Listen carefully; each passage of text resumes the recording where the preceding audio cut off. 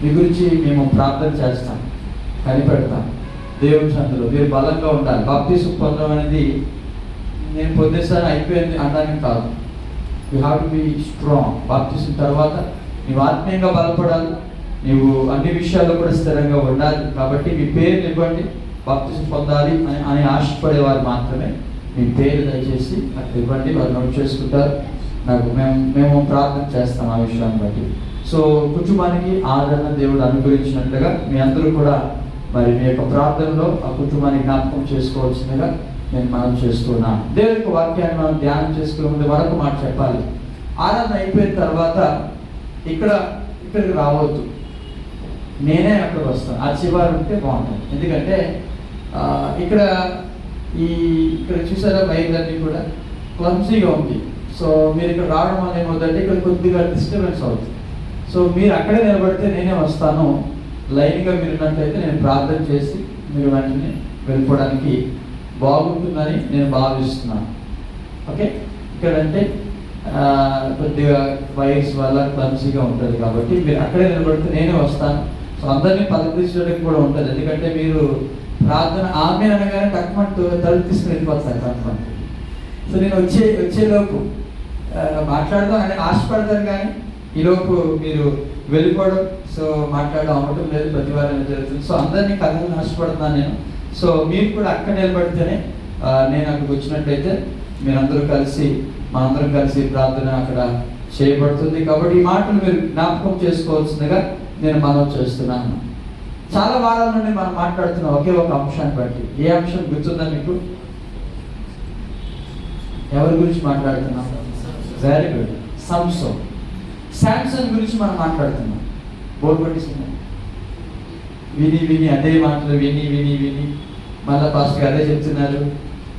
ఇది ఆఖరి వారు సంసోను యొక్క జీవితాన్ని. ఓకే, సంసోను ఏ విధంగా తన యొక్క నాశనం, it's final journey of Samson, తన యొక్క అంతిమ ప్రయాణం.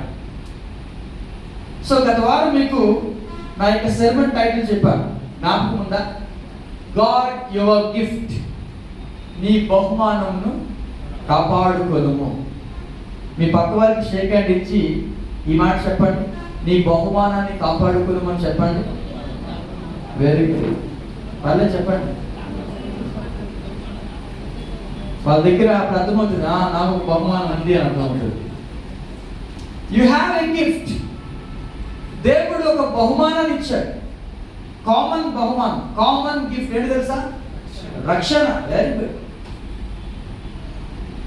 నేను రక్షించబడిపోయాను, బాప్తిసం చేసుకున్నాను, ఇంకా నేను పరలోక రాజ్యం వెళ్ళిపోతాను గ్యారెంటీ అనడానికి లేదు. కాపాడుకోవాలి. అంతము వరకు సహించిన వాడెవడో వాడు రక్షింపబడునని బైబిల్ చెప్తుంది. అంతం వరకు కూడా.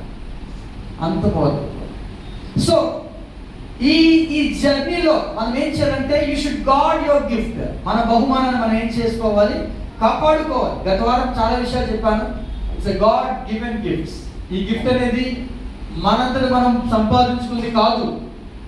రక్షణ అనేది మనంతట మనము ఎర్న్ చేసుకుంది కాదు, కష్టపడితే వచ్చింది కాదు, నేను ఉపవాసం ఉండి సంపాదించుకున్నాను కాదు, క్రియల వలన కలిగినది కాదు.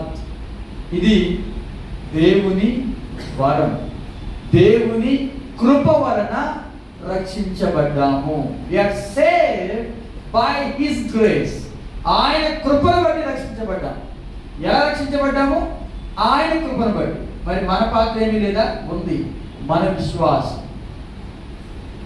ఒకటి. మన విశ్వాసము, ఆయన కృప, ఈ రెండు కూడా మిళితమైనప్పుడు మనకు వచ్చింది ఏంటంటే రక్షణ అనే బహుమానం, రక్షణ అనే వరం. It's a God given gifts. ఇది కాకుండా మిగతా చాలా గిఫ్ట్స్ కూడా నేను మాట్లాడాను.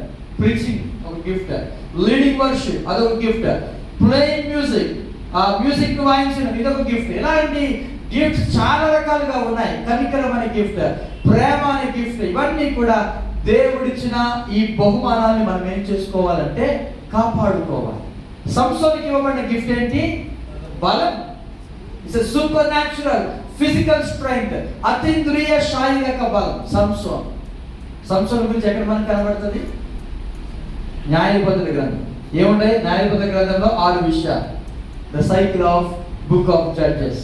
ప్రజలు పాపంలో పడిపోవడం, వారు శత్రువులకు అప్పగించబడడం, దేవుడు అప్పగించేసేవాడు.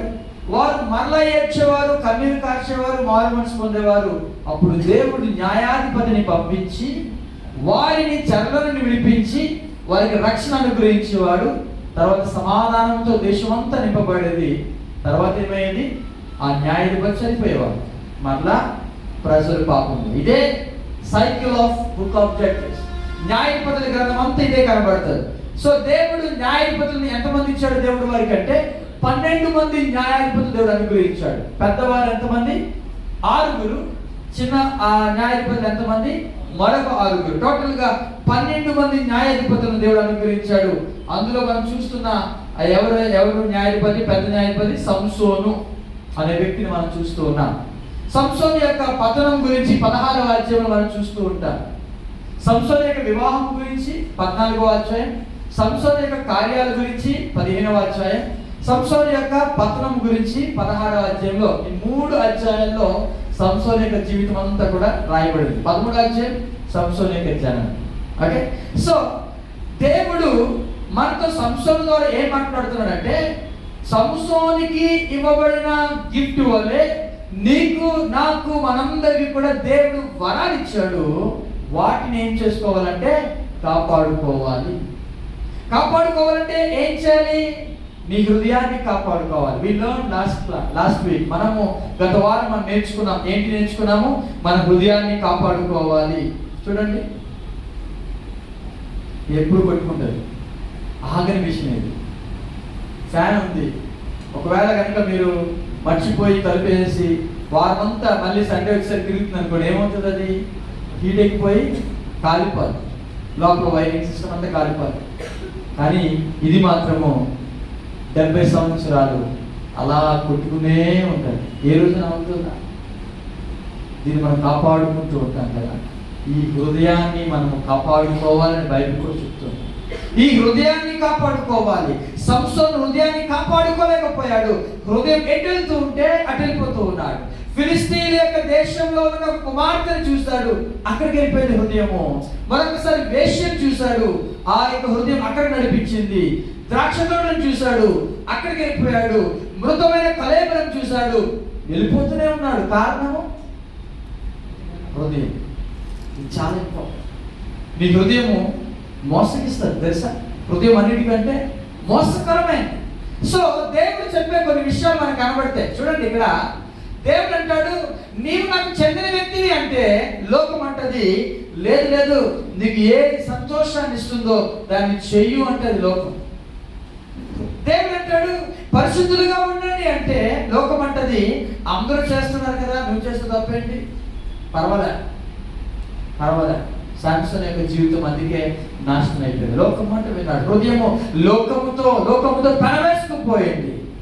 3, దేవుడు అంటాడు గాడ్ యువర్ హార్ట్, నీ హృదయాన్ని కాపాడుకో అంటే లోకం అంటది ఫాలో యువర్ హార్ట్, నీ హృదయాన్ని వెంబడించు. నీ హృదయం ఏం చెప్తుంది? నో, మన హృదయం కాదు. ఎవరి మాట వినాలి మనము?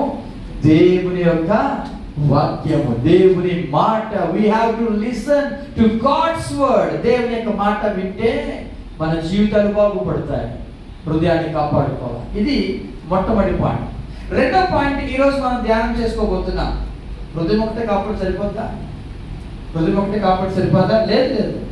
నీవు బహుమానాన్ని కాపాడుకోవాలంటే నీవు హృదయాన్ని కాపాడుకోవాలి. హృదయాన్ని కాపాడుకుంటూ నీ పవిత్రతను కాపాడుకోవాలి. God your consecration. This is second point. రెండవ అంశాన్ని మనం ధ్యానం చేసుకుంటున్నాం. గాడ్ యువర్ కాన్సక్రేషన్ అనగా నీ పవిత్రతను కాపాడుకోనము. పవిత్రత మనందరం కూడా పవిత్రత కాపాడుకోవాలి. పవిత్రత అంటే ఏంటి? What is consecration? Consecration means పవిత్రత అంటే ఏంటి? పవిత్రత అంటే ప్రత్యేకముగా ఉండుట. Be set apart. ఏమయ్యా మనము? Set apart. మన యొక్క కార్యములు, మన ఆలోచనలు అన్య జనుల వల్ల ఉండడానికి వీలు. అన్య జనులు అంటే ఎవరు? దేవుని నమ్మనివా, దేవుని తెలుసుకోలేనివా, దేవుని తెలుసుకుని కూడా దేవుని నమ్మనివా అన్యజనులు.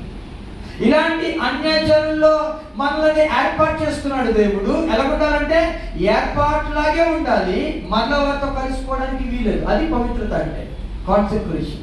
దేవుడు సంసోను ఏర్పాటు చేసుకున్నాడు, సంసోను ప్రత్యేకించుకున్నాడు. ఇప్పుడు సంసోను ఏమవ్వాలంటే తన పవిత్రతను కాపాడుకోవాలంటే ఎలాగా? తను చాలా దూరముగా ప్రత్యేకంగా ఉండాలి. కానీ ఫిలిస్తీయుల దగ్గర కలిసిపోయేవాడు, అక్కడ వేషల దగ్గర కలిసిపోయేవాడు, దెలీలా ఒడిలోనికి వెళ్ళిపోయాడు.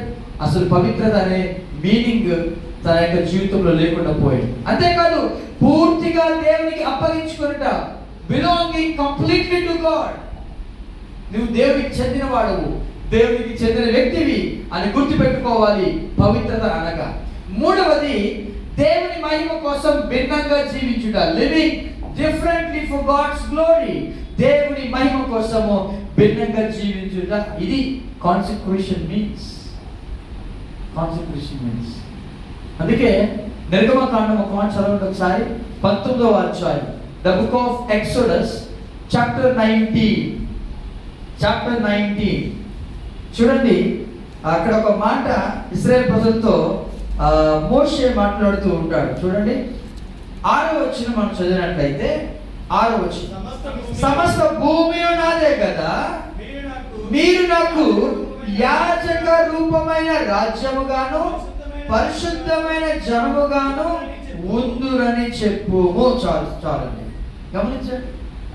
ఇశ్రాయేలు ప్రజలతో దేవుడు మాట్లాడుతున్నాడు. మీరు నాకు ఎలా ఉండాలి? యాజక రూపమైన రాజ్యము, పరిశుద్ధమైన జనము. We are the holy people. We are the priestly, అనగా యాజక రూపమైన ప్రజలు. ఇది దేవుడు మనకి ఇచ్చిన ఆధిక్యత. మరి ఎలా ఉండాలి? మనము దాన్ని కాపాడుకోవాలి, పవిత్రతను కాపాడుకోవాలి. చూడండి న్యాయాధిపతుల గ్రంథము 16వ అధ్యాయం వద్దాం ఒకసారి. The book of Judges chapter 16 verse number 4 చదువుకుందాం. పిమ్మట అతడు షోరేకు లోయలో ఉన్న దెలీలా అను స్త్రీని మోహింపగా. చాలండి.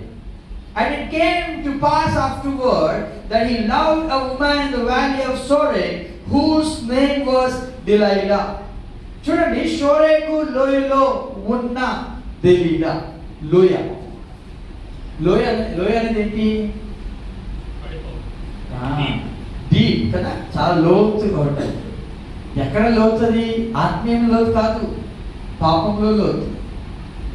పాపంలో డీప్గా వెళ్ళిపోతూ ఉన్నాడు. అసలు 14వ అధ్యాయంలో తన యొక్క పతనం మొదలైంది, నాశనం మొదలైంది. ఒక స్త్రీని చూశాడు. 15వ అధ్యాయం వచ్చేసరికి తను దేవుని దూరం అయిపోతున్నాడు. 16వ అధ్యాయం వచ్చేసరికి వేశ్య, తర్వాత దెలీలా అనే స్త్రీని వచ్చేసరికి ఎక్కడున్నాడు తెలుసా? షోరేకు అనే లోయలోకి వెళ్ళిపోయాడు. ఆ లోయలో తనేమయ్యాడంటే ఒక స్త్రీని మోహించాడు, ఒక స్త్రీని ఆ యొక్క ఒడిలోనికి వెళ్ళిపోయాడు. దెలీలా ఎవరో తెలుసా? ఈమె ఒక వేశ్య. ఫిలిస్తీన్లకు ఒక వేశ్య ఉన్నది. ఆ వేశ్య దెలీలా. ఆమె పేరు కూడా బైబిల్లో రాయించాడు. ఆమె యొక్క ఒడిలోనికి ఈ సంసోను వెళ్ళిపోయాడు. ఆమె ఎంత భయంకరమైన స్త్రీ అంటే చాలా శోధనలు పెట్టింది. చూడండి, తన పవిత్రత అనేది ఎలాగా తను పోగొట్టుకున్నాడో గమనించాడు. వెళ్ళకూడని ప్రదేశాలకు వెళ్ళాడు, ఉండకూడని ప్రదేశంలో ఉన్నాడు, చేయకూడని పాపములు చేసుకుంటూ వెళ్ళిపోతున్నాడు సంసోను. అసలు సంసోను జీవితం ఎలా ఉండాలి? సామ్సన్ లైఫ్ షుడ్ బి ఎలా ఉండాలి చెప్పండి? నో గ్రేప్స్, అనగా ద్రాక్ష వల్లికి సంబంధించింది ఏది ఉండకూడదు. కానీ 14వ అధ్యాయంలో పడిపోయాడు. తిమ్నాను దగ్గర ద్రాక్ష తోట ఉంటే ద్రాక్ష వల్లికి వెళ్ళిపోయాడు. నో అన్క్లీన్ థింగ్, అపవిత్రమైన ఏది ఉండకూడదు. ఉందా అలాగా సంసోను జీవితం? లేదు. మృతమైన సింహపు కళేబరం దగ్గరికి వెళ్ళిపోయాడు. దాన్ని తాకాడు, దాన్ని ముట్టుకున్నాడు. అందులో ఏముంది? తేనె ఉంది. సాతాను ఎంత తెలివైనడు తెలుసా? పాపంలో ఏం పెడతాడు తెలుసా? చాలా మధురమైన వారిని పెడతాడు ముట్టుకోవడానికి, చాలా బాగుంటుంది. సంసోను కూడా పడిపోయాడు. సంసోను కూడా సాతానుడు అలాగే తీసివేసుకున్నాడు. మూడవది ఉందే, ఇది మాత్రం చాలా dangerous. No razor upon his head, తల మీదకు మంగళ కత్తి రాకూడదు. ఇది 3వ చాలా కఠినమైన రూల్. దేవుడు ఖచ్చితంగా చెప్పాడు, అస్సలు మంగళ కత్తి అనేది తల మీదకి రావడానికి వీలేదు అన్నాడు. చివరికి దెలీలా ఏం చేసిందంటే అతన్ని పూర్తిగా గొరిగించేసింది, పూర్తిగా తలంతా కూడా. ఆలోచిద్దాం. చూడండి, బైబిల్లో ఒక ఫ్యామిలీ మనకు కనబడుతుంది. ఈ ఫ్యామిలీ ఎప్పుడు చూసారా? ఆ ఫ్యామిలీ తండ్రి పేరు ఉంటుంది, తన 2 కొడుకులు ఉంటారు. వాళ్ళ పేర్లు హోఫ్ని, ఫినెహాస్. పేరు విన్నారా? వాళ్ళ తండ్రి గారి పేరు చెప్పండి.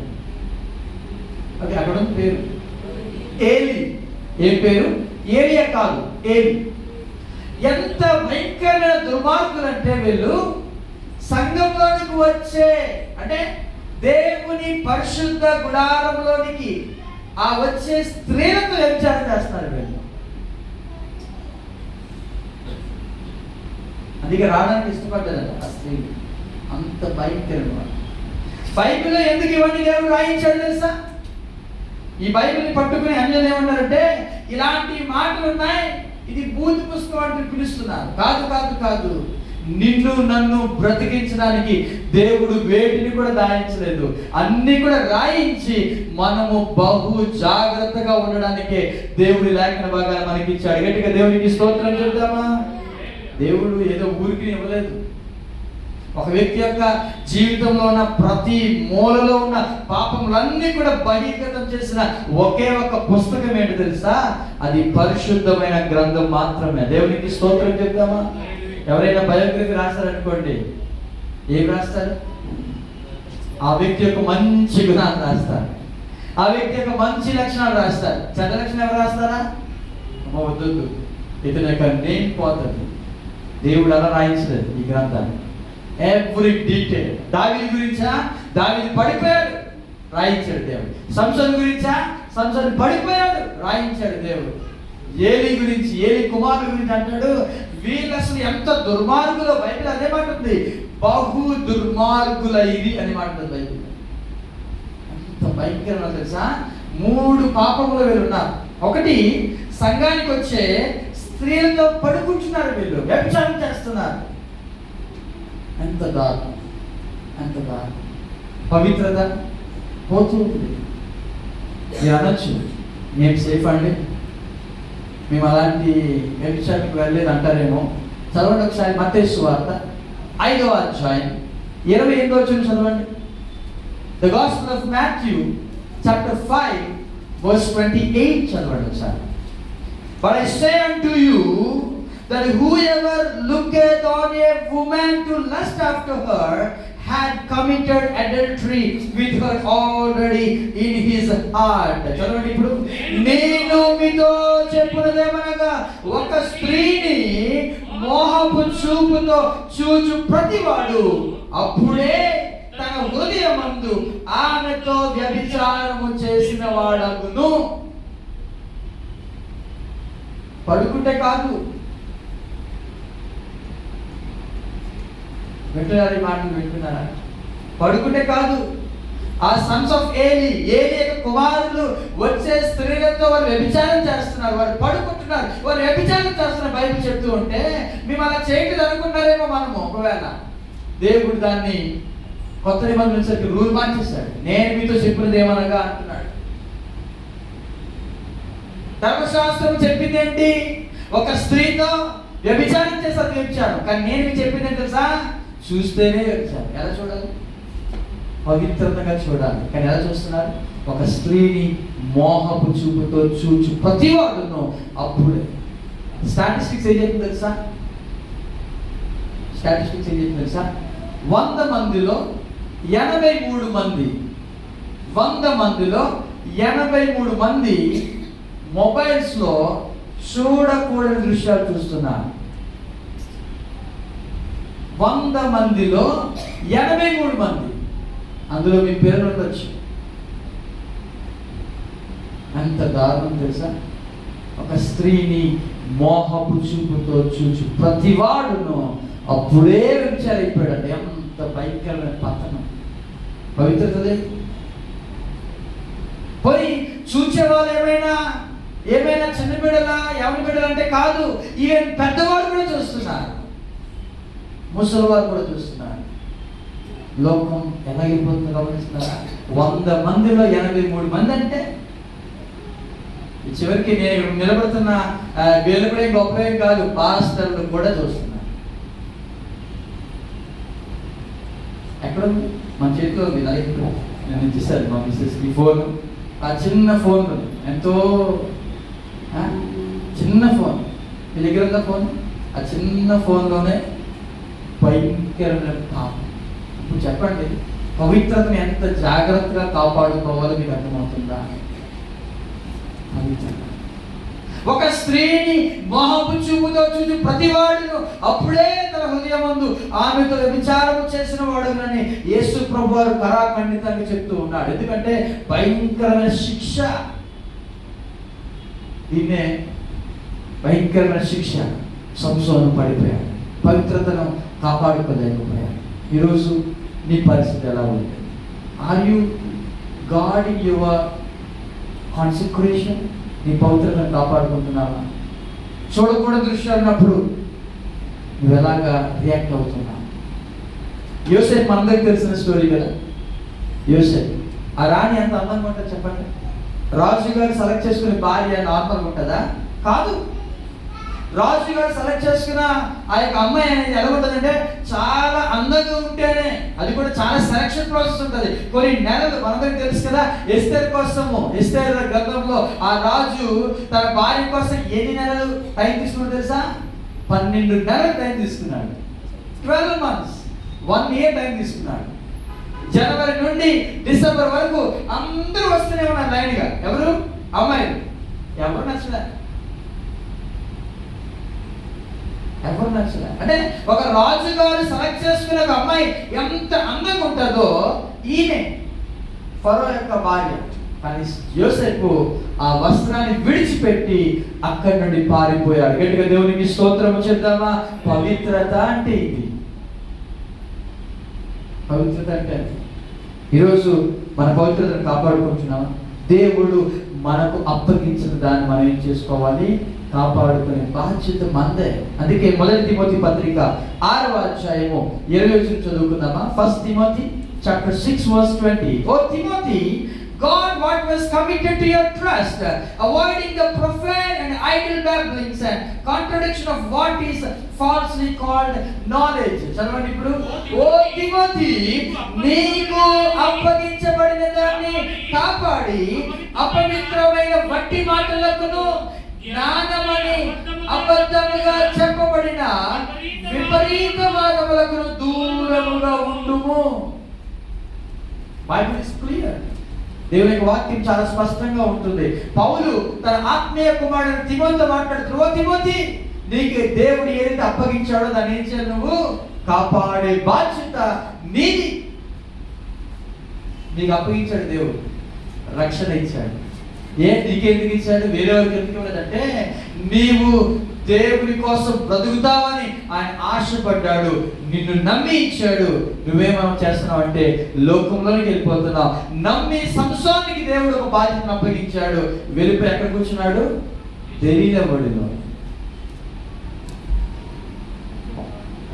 చాలా మంది ఇదే సిచ్యువేషన్లో ఉన్నారు, పాపములో పడిపోతున్నారు, పవిత్రతను కాపాడుకోవటం లేదు. ఈరోజు నీ పరిస్థితి ఎలాగుంది, నా పరిస్థితి ఎలాగుంది? ఒకసారి పరిశీలన చేసుకుందాం దేవుని సన్నిధిలో సంసోను యొక్క జీవితం. సో గాడ్ యువర్ హార్ట్, హృదయాన్ని కాపాడుకోవాలి. 2, పవిత్రతను కాపాడుకోవాలి. God your consecration. 3వ ఉంటుంది గాడ్ యువర్ ప్రేయర్, నీ ప్రార్థనను కాపాడుకున్నాము. అది కూడా చెప్పి నేను ముగిస్తాను. చదవండి ఒకసారి న్యాయాధిపతుల గ్రంథం, the book of judges chapter 16 verse 28. న్యాయాధిపతుల గ్రంథం 16వ అధ్యాయము 28వ వచనం. అప్పుడు సంసోను, యెహోవా ప్రభువా, దయచేసి నన్ను జ్ఞాపకము చేసుకొనుము. దేవా, దయచేసి ఈసారి మాత్రమే నన్ను బలపరచుము. నా 2 కన్నుల నిమిత్తము ఫిలిష్తీయులను ఒక్కవారే ఖండించి పగ తీర్చుకొనిమ్మని యెహోవాకు మొర్రపెట్టి. ఇది రెండవసారి మొర్ర. ఫస్ట్ సారి ఎక్కడ మొరపెట్టాడు? దాహంతో. Very good. దాహంతో చనిపోబోతూ ఉన్నాడు. దాహంతో తనకి ఇంకా ప్రాణం పోతూ ఉందయ్యా, నా దాహము చాలా భయంకర దాహము, నా ప్రాణం పోతుందంటే దేవుడు వెంటనే ఒక గోతిని చీల్చి సమృద్ధి అయిన నీరును దేవుడు సంసోనికి అనుగ్రహించాడు. ఇప్పుడు రెండోసారి ప్రార్థన. ఎలా ప్రార్థన చేస్తున్నాడు? ఆ ప్రార్థన గమనించండి. ఏమని ప్రార్థన చేస్తున్నాడు? యెహోవా ప్రభువా అనే మాట మనం చూస్తూ ఉన్నాం. గమనించండి. ద ఫస్ట్ టైం, మొట్టమొదటిసారి తన నోటంతా ఏమని పలుకుతుంది తెలుసా? ప్రభువా. ఈ మాట ఫస్ట్ ప్రేయర్లో లేదు. చూడండి, న్యాయపరుల గ్రంథం 15వ అధ్యాయము 18వ వచనం చూడండి ఒకసారి. 18వ వచనం. అప్పుడు అతడు మిక్కిలి దప్పికొన్నందున యెహోవాకు మొరపెట్టి నీవు ప్రభు కాదు అక్కడ, ప్రభువా అంటలేదు, నీవు నీ సేవకుని అని మాట పలుకుతూ అక్కడ మాట్లాడుతున్నాడు. కానీ the first time, very first time సంసోను యొక్క నోటంటే ఒకే ఒక్క మాట వచ్చింది. ఏంటి తెలుసా? ప్రభువా. ఈ మాట చూడండి. మీకు ఒక డౌట్ రావాలి. 14 అధ్యాయంలో పడిపోయిన సంసోను ప్రార్థన దేవుడు ఇంకా ఎందుకు వింటున్నాడు?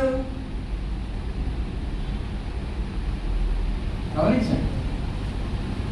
ఒక వ్యక్తి పాపంలో పడిపోతే దేవుడు ప్రార్థన వింటాడా? వింటాడా? వింటాడా? వింటాడు? వినడు. పశ్చాత్తాపడితే వింటాడు. ఒక వ్యక్తి పాపంలో పడి ప్రభువుని పిలిస్తే వినడు. పాపమును ఒప్పుకొని అయ్యా నేను పశ్చాత్తాపడుతున్నాను. ఇక్కడ చూడండి, ఆ ప్రార్థన గమనించిన ఒకసారి మళ్ళా చదువుతున్నాను. అప్పుడు సంసోను యెహోవా ప్రభువా దయచేసి నన్ను జ్ఞాపకము చేసుకొనుము, దేవా దయచేసి ఈసారి మాత్రమే నన్ను బలపరచుము. ఈ మాట గమనించిన ఒకసారి. ఈ మాట బలపరచుము అనే మాట అందరిని కూడా చేశాను. సంసోనికి ఏంటి ఇవ్వబడిన ఆ బహుమానం ఏంటది? అసలు బలమే కదా.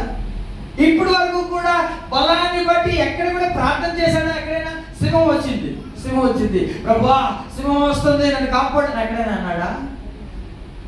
అనలేదు కదా. తాళతో తన శరీరం అంతా బంధిస్తే ఇలా అన్నాడంతే. ప్రార్థన చేశాడా? నిరవంజి చెట్లు, 7 నిరవంజి చెట్లు బాగా బలంగా ఉన్నప్పుడు వాటిని తీసుకొచ్చి కట్టినా కూడా ప్రార్థన చేయలేదు. మేకుతో ఈ 7 జడలను కూడా గట్టిగా కట్టేసి దిగొడితే దానిలో ఊడి పెట్టి వెళ్ళిపోయాడు తప్ప ప్రార్థన చేయలేదు. ఇప్పుడు ప్రార్థన చేస్తుంది తెలుసా? ఇప్పుడు తన జీవితం అంతా కూడా ముగింపు వచ్చేసింది. 2 కళ్ళు లేవు, చాలా బలహీనైపోయాడు.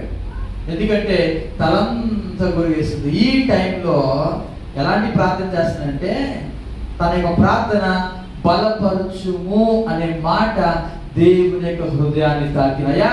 నా కాదయ్య బలం, నాలో ఏ బలము లేదు, నీలోనే బలం ఉంది, నీవు నన్ను బలపరిస్తే చాలు అనే మాట సంసోను యొక్క నోటంట రావడము దేవుడు ఆశ్చర్యపడ్డాడు. గట్టిగా దేవునికి స్తోత్రము చేద్దామా?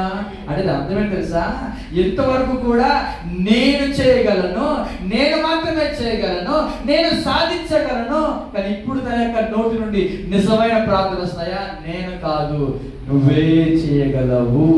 ఈ మాట పలికేసరికి, ఈ మాట, దీన్నే ప్రార్థన జీవితం అంటారు. ప్రార్థన అంటే ఏంటి తెలుసా? You are depending on God. నీవు దేవుని మీద ఆధారపడుతున్నావు. ప్రార్థన అంటే అది. నీవు ఒక డెసిషన్ తీసుకున్నప్పుడు ప్రార్థన చేస్తున్నావు అంటే ఆ డెసిషన్ గురించి దేవునికి అప్పగిస్తున్నావు. You are depending on God. దేవుని మీద ఆధారపడి నీవు నిర్ణయం తీసుకుంటున్నావు. దేవుని మీద ఆధారపడి నువ్వు ముందుకెళ్తున్నావు. దేవుని మీద ఆధారపడి నువ్వు వెళ్ళాల్సిన ప్రదేశం గురించి దేవునికి అప్పచెప్పుతున్నావు. ఇప్పుడు తన జీవితం అంతా కూడా దేవుని చేతిలో పెడుతున్నావు. ఎప్పుడు చెప్పండి? అంత అయిపోయింది. ఇదేనండి మనుషులు చేసే తప్పు. ఇదే అంత అయిపోయిన తర్వాత ప్రభువా నన్ను వాడుకో ప్రభువా. అంత అయిపోయిన తర్వాత అంతా కూడా లోకంలో గడిపేసి లాస్ట్ చనిపోయే ఆ టైంలో ప్రభువా నన్ను జ్ఞాపకం చేసుకో, నన్ను వాడుకో, ఇలాంటి మాటలు వింటూ ఉంటాం. ఇప్పుడే విన్నారండి ప్రార్థన. ఎవరి కాలం అంతా కూడా లోక సంబంధమైన వాటిని అనుభవించేసి అంత అయిపోయిన తర్వాత ఇప్పుడు నన్ను మా పిల్లలందరికీ పెళ్ళి అయిపోవాలి, నేను ఇల్లు కట్టుకోవాలి, అంత అయిపోయిన తర్వాత నేను అక్కడ దిగిపోతానండి అంటారు కొంతమంది. అంత అయిపోయిన తర్వాత దేవుడికి అవసరం లేదు అలాంటి. ఒకసారి డిఎల్ మూడీ గారు ఒక ఆయన చాలా మంచి ప్రసంగించిన వ్యక్తి. సినిమాలు నటించే ఒక ఆవిడ ఉంటారు కదా, ఆవిడ ఆహ్వానించినప్పుడు ఆవిడింటికి వెళ్ళాను. ఆవిడింటికి వెళ్ళి ఆమెకు సువార్త బోధిస్తుంటే ఆమె వింటూ ఉంది. ఈలోపు ఆమె అంది, అయ్యా మీకు కాఫీ తీసుకొస్తా అని చెప్పి లోపలికి వెళ్ళింది.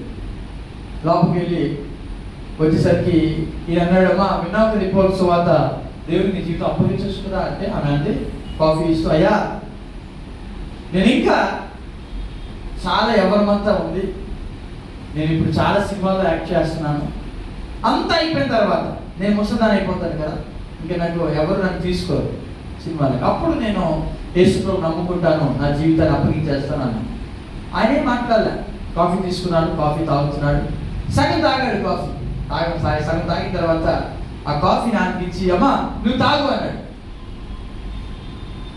చాలా కోపంతో ఆమె, అయ్యా మీరు ఒక పెద్ద మనిషి, ఒక మంచి పాస్టర్ గారని మీకు గౌరవించాను, మీరు ఎలాంటి వాళ్ళ, మీరు సగం ఎంగిల్ చేసి నన్ను తాగమంటారా మీరు అని చాలా కోపంతో మాట్లాడుతున్నారు.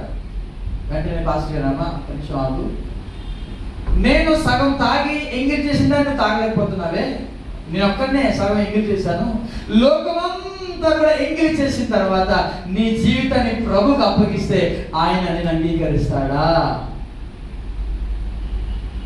అని అడిగాడు. ఇంకా అర్థమవుతుందా ఈ మాటలు? లోకమంతా కూడా ఎంగిల్ చేసి లోకమంతా అనుభవించాడు సాంసన్. ఫిలిస్తీయుల కుమార్తె కావాలంటే ఫిలిస్తీయుల కుమార్తె, లేకపోతే వేశ్య కావాలంటే వేశ్య, తెలియ కావాలంటే తెలియ, ఎవరు కావాలంటే తాను ఆశించిన ప్రతిదాన్ని పొందుకున్నాడు ఈ వ్యక్తి. ఇప్పుడు చెడ్డయ్యా నన్ను బలపరచు. చూడండి సంసోను ఏం కోల్పోయాడు తెలుసా? సంసోను కోల్పోయాడు. శాంసన్ లాస్ట్ హిస్ హెయిర్, జుట్టు కోల్పోయాడు. ఇప్పుడు జుట్టు లేదు ఇప్పుడు, అప్పుడే కొంచెం ఎదుగుతుందంట అక్కడ రాయబడిన మాట. ఓకే, ఇంకేం కోల్పోయాడు? బలం కోల్పోయాడు, స్ట్రెంగ్త్ లేదు, సామాన్య మానవులు అయిపోయాడు. మూడవది కళ్ళు దృష్టి కోల్పోయాడు, ఐ సైట్ లేదు, కనబడుతుందా? చూడండి జుట్టు లేదు, జుట్టు గొరిగించేసింది. జుట్టు తీసేసిన ఏం పోయింది? బలం పోయింది. వాళ్ళతో పోరాడదాం అనుకున్నాడు కానీ అవ్వలే. వాళ్ళు ఏం చేశారు? 2 కళ్ళు తీసేశారు. ఎప్పుడైతే 2 కళ్ళు తీసేశారో ఇక అతను ఇంకోటి పోయింది, దేవుని యొక్క ఆత్మ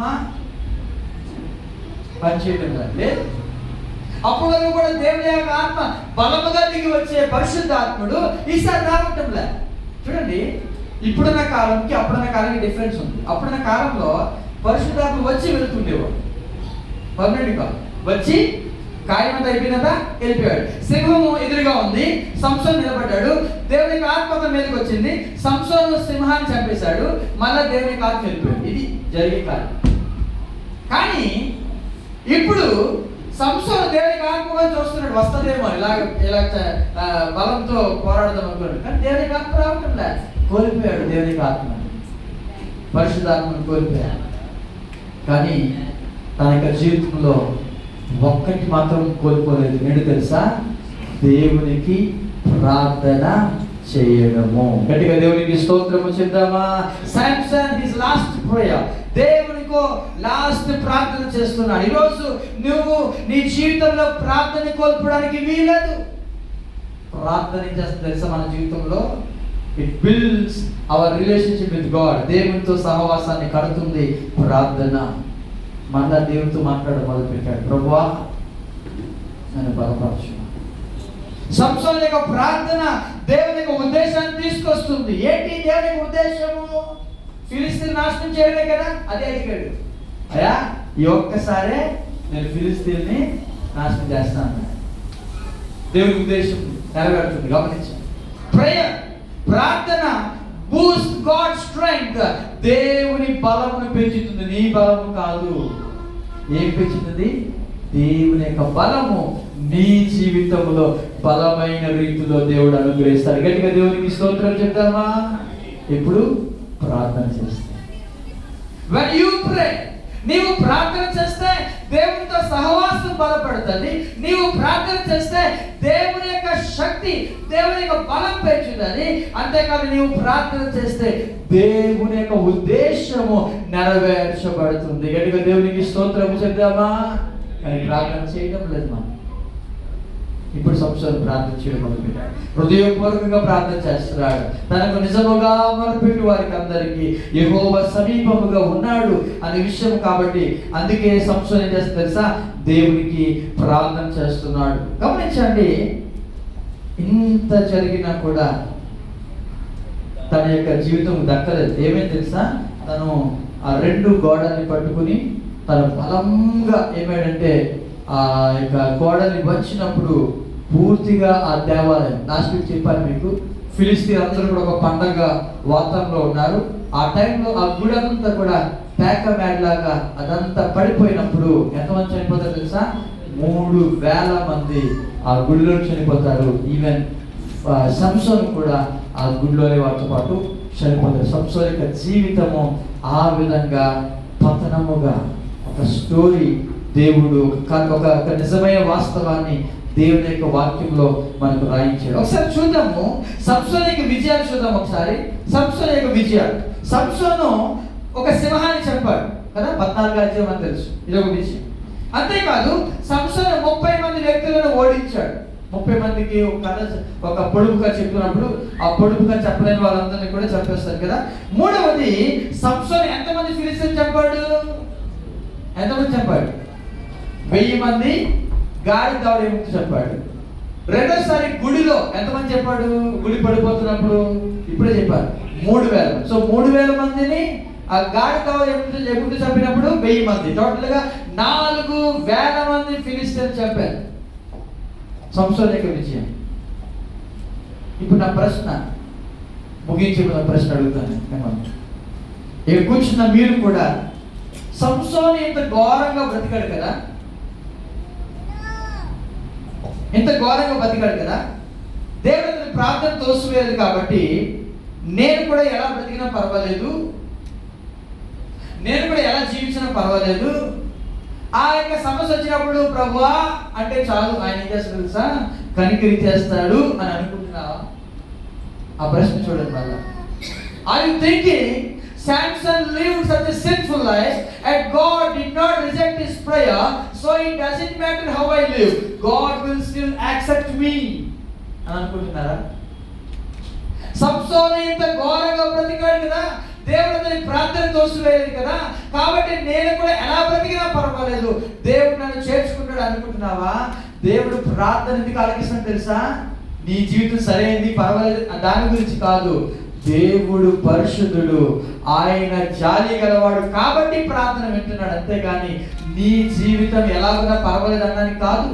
అందుకే అపోస్తలుడైన పౌలు ఒక మాట చెప్తూ ఉంటాడు. చదువుదాం ఒకసారి, ఆ మాట చెప్పి నేను ముగిస్తాను. అపోస్తలుల కార్యముల గ్రంథం 17వ అధ్యాయము 30 వచనం చదువుకుందాం. Acts chapter 17 verse 31 says, truly these times of ignorance God overlooked, but now commands all men everywhere to repent, because he has appointed a day on which he will judge the world in righteousness by the man whom he has ordained. He has given assurance of this to all by raising him from the dead. చదవండి ఒకసారి. ఆ అజ్ఞాన కాలములను దేవుడు చూచి చూడనట్టుగా ఉండెను. ఆగండి ఒక్క నిమిషం. ఏ అజ్ఞాన కాలములను? ఏ అజ్ఞాన కాలం? ఆ అజ్ఞాన కాలం అంటే పాత నిబంధన గ్రంథంలో జరుగుతున్న సిచ్యువేషన్స్ అన్ని కూడా దేవుడు అంట చూచి చూడనట్టుగా ఉంటాడు. పర్వాలేదు. ఇప్పుడు మీరు ఒక ప్రశ్న అడిగాను కదా, సంసోను అంత ఘోరంగా బ్రతికాడు కదా, నేను అలాగే బ్రతుకుతాను, లాస్ట్ లో ఆ దొంగ ప్రార్థన చేస్తాడు, నన్ను జ్ఞాపకం చేసుకోండి, దేవుడు జ్ఞాపకం చేసుకుంటాడు అని అనుకుంటున్నారా మీరు? అందుకే మీకు ఈ వచనం చూపిస్తున్నాను. దేవుడు ఆ అజ్ఞాన కాలములను సొలొమోను 1000 మంది భార్యలు చేసుకున్నాడు కదా, నేను చేసుకుంటాను?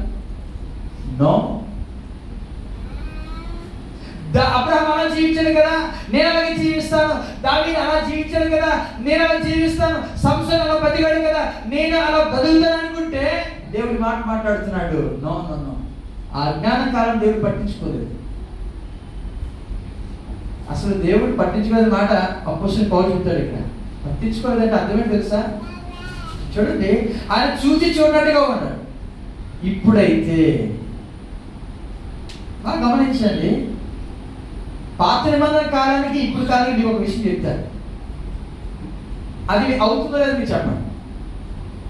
పాత నిబంధన కాలంలో ప్రత్యక్ష గుడారం అని ఒకటి ఉంటుంది.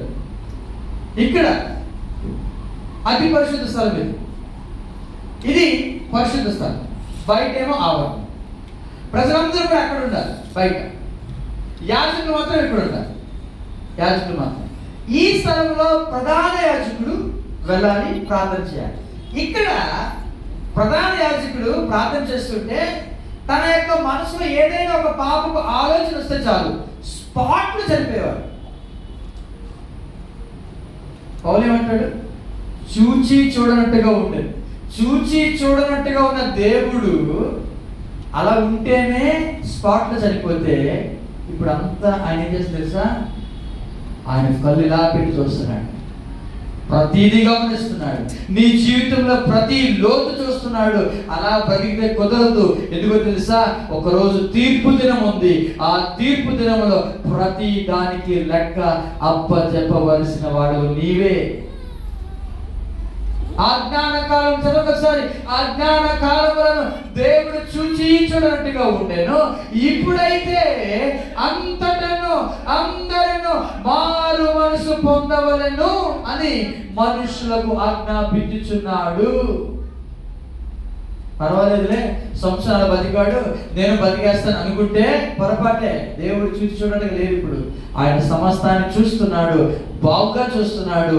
అందరూ ఏం పొందాలంట? మారు మనసు పొందాలి అని ఆజ్ఞాపిస్తున్నాడు. బతిమాటలే మారు మనసు అనేది బాప్తిస్మ దేవుడు ఏమి బతిమాలు చెప్పడం లేదు, అయ్యో ప్లీజ్ ప్లీజ్ ప్లీజ్ రండి. No, he is not requesting you, he is commanding you. బాప్తిస్మ తీసుకో, మారు మనసుకో. ఇది ఆయన మాట, ఆయన మాట. ఎందుకు తెలుసా? ఒకరోజు తీర్పు దినం ఉంది. ఆ వచనం అంతా చివరి చదివితే, ఎందుకనగా తాను నియమించిన మనుషుని చేత నీతిని అనుసరించి భూలోకమునకు తీర్పు తీర్చబోయేది ఒక దినమును నిర్ణయించాడు. ఆ తీర్పు తీర్చేది ఈయనే. ఈయన పేరు నజరేయుడైన యేసుక్రీస్తు ప్రభువు. గట్టిగా దేవునికి స్తోత్రము చెప్తామా? He is going to judge the whole world. ఈయన తీర్పు తీర్చబోతున్నాడు. ఎందుకు ఈయన తీర్పు తీర్చున్నా తెలుసా? ఈయన నీ కోసం నా కోసం మరణించాడు. ఈయన నీ కోసం నా కోసం మరణించాడు. ఇప్పుడు ఆయన అంటున్నాడు, నీవు మారు మనసు పొందితే, బాప్తిసం పొందితే నిన్ను కూడా పరలోక రాజ్యంలో చేరుస్తాను అని వాగ్దానం చేసిన ఒకే ఒక్క దేవుడు నజరేయుడైన యేసుక్రీస్తు ప్రభువు. గట్టిగా దేవునికి స్తోత్రము చెప్తామా? హల్లెలూయా. ఇప్పుడు చెప్పండి, సంసోను బతుకుతామా?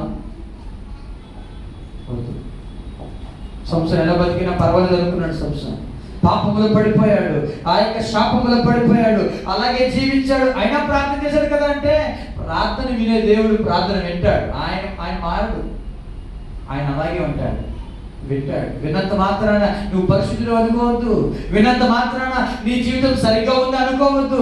దేవుడు వింటున్నాడంటే అర్థమని తెలుసా? నీవు మారుతావని వింటున్నాడు. గట్టిగా దేవునికి స్తోత్రం చెప్తామా? నీ యొక్క ఆలోచనలు మారుతావని వింటున్నాడు. ఈరోజు ఎంతమంది మన జీవితాన్ని మార్చుకుందాం? తల వంచుదాం, కళ్ళు మూసుకుందాం, ప్రార్థన చేసుకుందాం. దేవుడు ఇచ్చిన నీ బహుమానాన్ని కాపాడుకోవాలనుకుంటే నీ హృదయాన్ని